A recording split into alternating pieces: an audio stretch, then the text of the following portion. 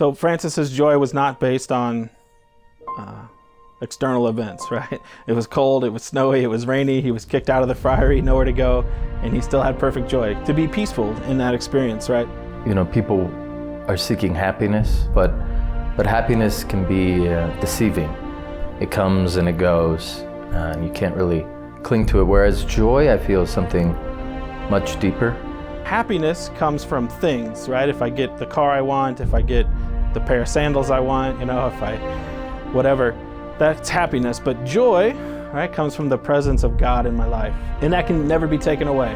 The thing about the Capuchins in the Franciscan way is the cross is central. Perfect joy, even in suffering.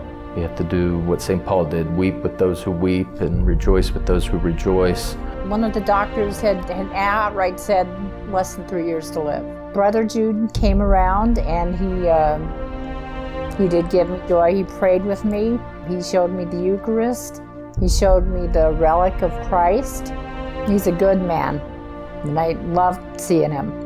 The doctor that serviced the rehab center, he almost made it sound like I wouldn't make it through to the next day.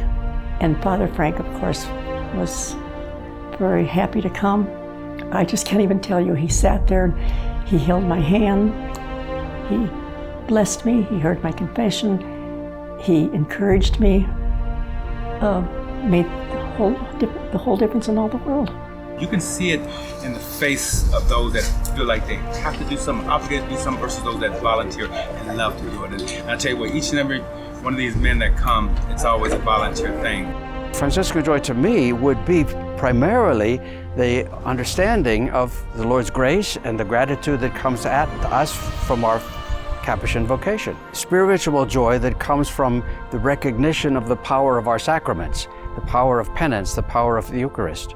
I had fallen away totally from the church, and there was something missing in my life. And the church had always been there, and I didn't realize how important it was to me. I had a freak accident. I ended up in the hospital for nearly a month. I almost died. Having that experience that I had, I realized I needed to do something. And one day I just came into the Capuchin Center.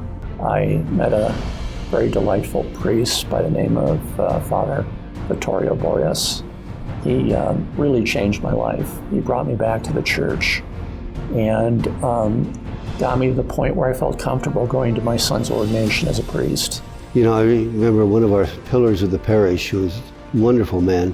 One Tuesday afternoon, as he was actively dying, the family was gathered around him to pray the rosary. We finished the mystery and Antonio just breathed his last. So we all breathed a sigh of relief, along with Antonio's sigh of relief as he went to the Lord. After the end of the glorious mysteries, the resurrection will be his. This family of ours, this family of the Capuchin family, goes back to Father Paulinus, who first came here over 50 years ago, and we've been part of the lives of these people, and these people have been part of our lives. And it's been a joyful, joyful moment to see all this take place in the history of our community here.